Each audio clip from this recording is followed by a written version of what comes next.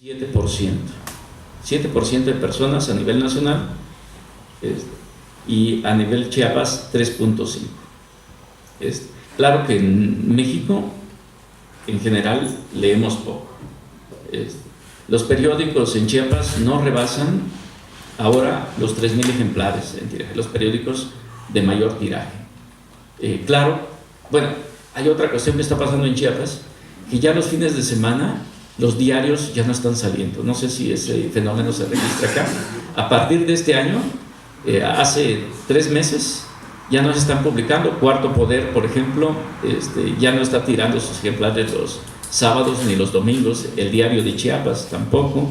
Es un asunto muy nuevo que tiene 4 meses, en el caso de Diario de Chiapas, y de Cuarto Poder unos 2 meses. Entonces, eso reduce más todavía las cifras. Bueno, si fueran reales esas cifras de 3.5, de todos modos estaríamos hablando que 160,000 chiapanecos leen periódicos. Pero 3.800.000 no saben la existencia de estos periódicos, de que existen estos medios. Claro que nos informamos a través, sobre todo, de la radio y de la televisión. Los chiapanecos, alguien me decía, una ocasión escuchaba un arqueólogo y decía, bueno, los chiapanecos no leemos porque provenimos de la cultura maya, y la cultura maya era predominantemente visual y auditiva, ¿no? Entonces, bueno, también buscar pretextos para la no lectura los podemos encontrar por todos lados, incluso refugiándonos con los mayas. Pero veamos cómo estamos. Por ejemplo, el 90% de los chiapanecos se informa a través de la televisión, que no dista mucho de la cifra a nivel nacional. Esto es de acuerdo al consumo de medios de 2010.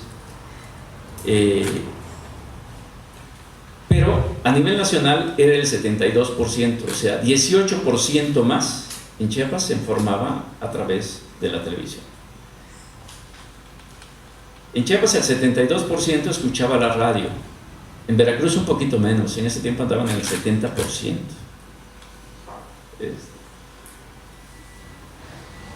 Y en Veracruz el 80% de la gente se informaba a través de la televisión. Una cifra que me llama la atención es que en este consumo esta encuesta de consumo de medios, pues en Veracruz aparecía con un 18% de consumos a través de internet, mientras que nosotros aparecíamos con un 27%. Ahí como que no me cuadran las cifras. Porque en Chiapas es cierto, el consumo, digamos, de internet se está dando en las principales ciudades. En las elecciones del año pasado, que fueron unas elecciones muy disputadas entre el PRI y el PAN, el PRI verde, porque prácticamente en todos lados ganó el Partido Verde, y con todos los problemas que arrojó, los problemas postelectorales que estamos viviendo todavía, con el asesinato del presidente, por ejemplo, de Chamula, grabado en vivo prácticamente para difusión inmediata en Facebook, lo cual fue sorprendente. Pero en ese caso, Chamula siempre había tenido presidentes priistas y ningún presidente había repetido, porque ningún pasado presidente podía volver a ser presidente.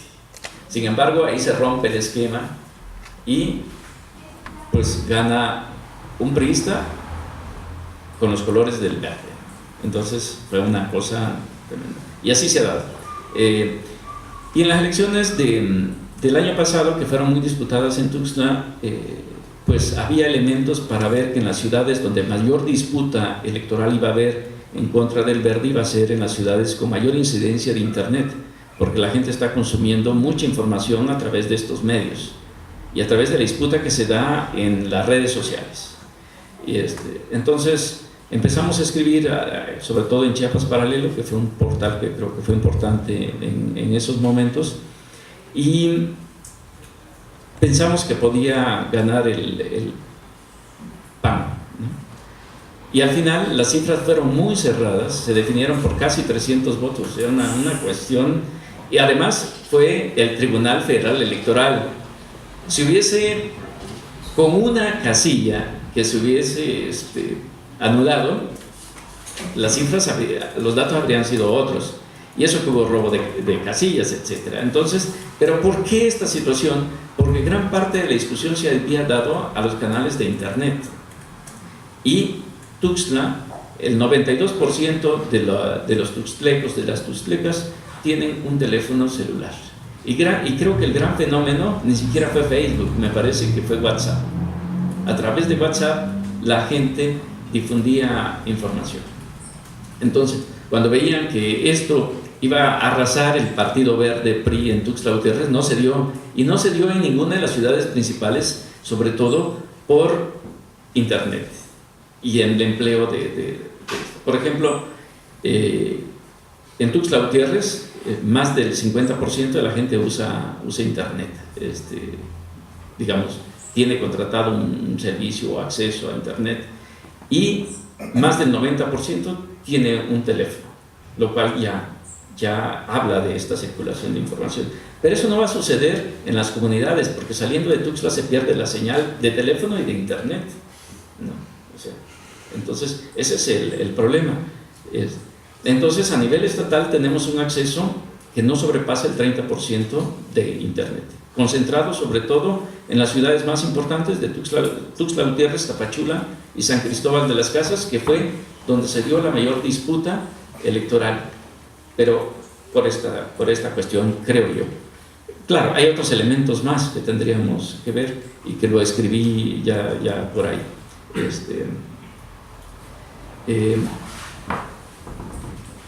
Bueno, ¿cómo andaban los lectores más asiduos de periódicos para el caso de Veracruz? O sea, de aquellos que leían de 3 a 7 veces por semana. En el caso de Veracruz era del 21%. En el caso de Chiapas era del 10%. Esto quiere decir que más o menos en Veracruz hay alrededor de 1.600.000 lectores de periódicos. Si un periódico o un medio lo comparten 2 personas, estaríamos hablando de tirajes globales de 800.000 ejemplares. En el caso de Chiapas es el 10%, o sea, el nivel de lectura de periódicos era mayor en Veracruz que en Chiapas en esos momentos. ¿Y qué es lo que más se lee en Veracruz, o se leía en ese momento? Primero, noticias sobre la ciudad donde estaba. Después, deportes, y en tercer lugar, notas rojas. Los hechos sangrientos, ¿no? Entonces, y después, noticias nacionales y de espectáculos. En el caso de Chiapas, cambiaba un poco el aspecto, porque les interesaba más la noticia política, y no aparecía en los 3 primeros lugares la noticia de hechos sangrientos. Entonces, en Veracruz sí aparece ahí de manera importante. Hay más sangre.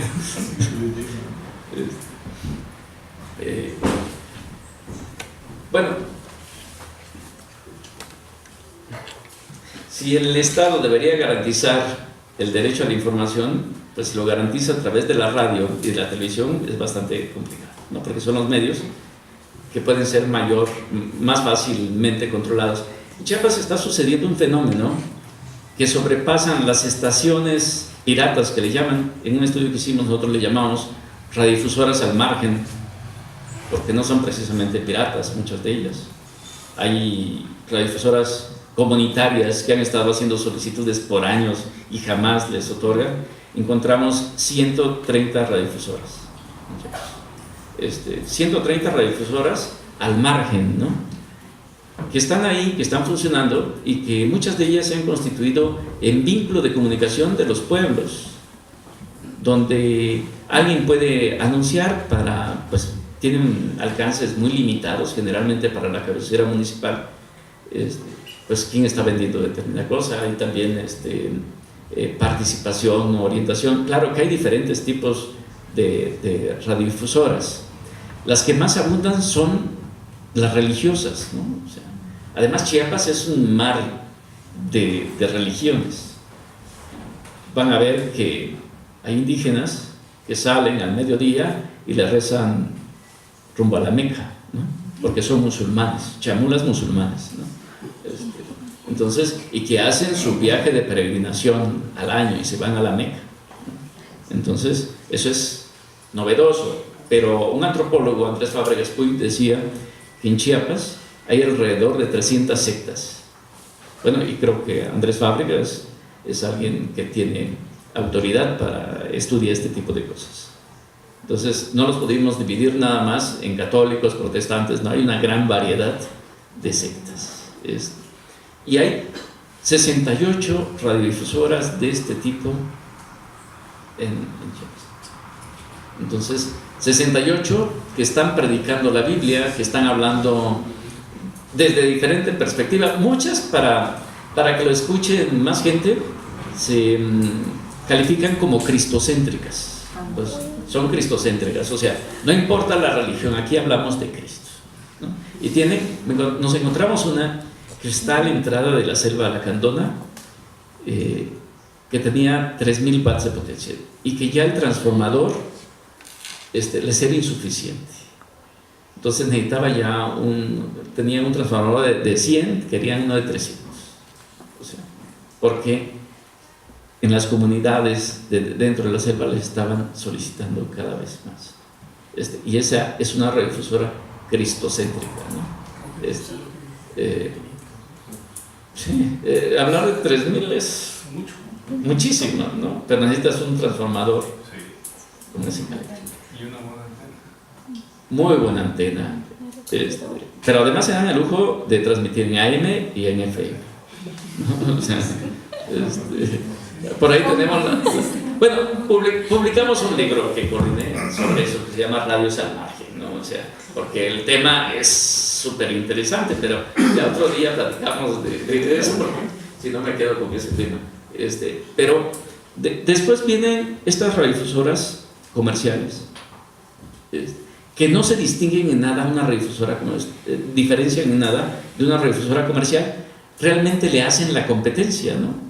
O sea, los locutores son incluso peores, y es música comercial y anuncios, y San Cristóbal es la capital de ese tipo de radiodifusoras. Aunque San Cristóbal tiene la gran variedad de radiodifusoras de este tipo, ¿no? Porque entrar a San Cristóbal y cerrar una radiodifusora es bien complicado. En San Cristóbal tenemos muchas radiodifusoras religiosas, muchas radiodifusoras comerciales, radiodifusoras comunitarias, radiodifusoras zapatistas, porque también los zapatistas tienen radiodifusoras, ¿no? Radiodifusoras municipales, que también y radiodifusoras partidistas. O sea, el PRD, el PAN tienen radiodifusoras que no tienen derecho para transmitir, pero también lo hacen. Y en el caso de San Cristóbal tenemos, ahí no hay zapatistas en San Cristóbal. Todas las 5 radiodifusoras zapatistas están en territorio zapatista. Solo están las comunitarias que simpatizan con el movimiento zapatista. Bueno, pero estábamos hablando de los niveles de lectura y claro, esto del derecho a la información se da y ahí quizá violentando algunas cuestiones. Y hay radiodifusoras bien interesantes, las comunitarias, a mí me llama mucho la atención el trabajo que están haciendo y que viven de la solidaridad de la gente, que viven de la solidaridad internacional, y que están ahí, y que no son zapatistas, ¿no? Y que están tratando de orientar a la gente cómo cultivar el café, el maíz, frijol, etcétera, las plagas, cómo combatirlas. Les comentaba de los índices de lectura, y si vamos a nivel América Latina, por ejemplo, vemos que los índices de lectura bajan mucho. En el país que más lee en América es Canadá, tiene 28 libros, pero en América Latina desciende muchísimo. Los países que más leen son Chile y Argentina, con 7 libros, y han tenido una tradición ahí interesante por la lectura, Chile y Argentina. Pero tal parece que nuestro problema no es solo que leemos poco, sino comprendemos menos, ¿no? En la prueba PISA, los alumnos de secundaria obtuvieron 424 puntos, la más reciente, muy por debajo del nivel general, que era 495 puntos. Los japoneses nos ganaban por más de 100 puntos, andaban alrededor de 538 puntos, mientras que nosotros 424 puntos en nivel de comprensión lectora. Por supuesto nos ganaban países como Corea, 536, con más de 100 puntos, Suiza, Francia, Noruega. Entonces, creo que también para ampliar el nivel de comprensión se necesita, entre más leamos, quizá más posibilidades tengamos de comprender, porque el nivel de lectura de esos países también es sumamente alto. Entonces, yo digo, ¿por qué leer? Y comparto con lo que dice Vargas Llosa, que dice: ¿qué dan los libros en premio a su constancia? Dice: mayor intensidad vital, emociones más profundas, una aprehensión más sensible del lenguaje y acaso y sobre todo una conciencia más cabal de las miserias e imperfecciones del mundo real, que siempre resulta pobre, confuso y mezquino, comparado con los hermosos, magníficos y coherentes mundos que crea la ficción. Sospecho que de esta manera tal vez la literatura contribuya no a hacer más felices, por supuesto, a los hombres, pero sí menos resignados y más libres a los seres humanos.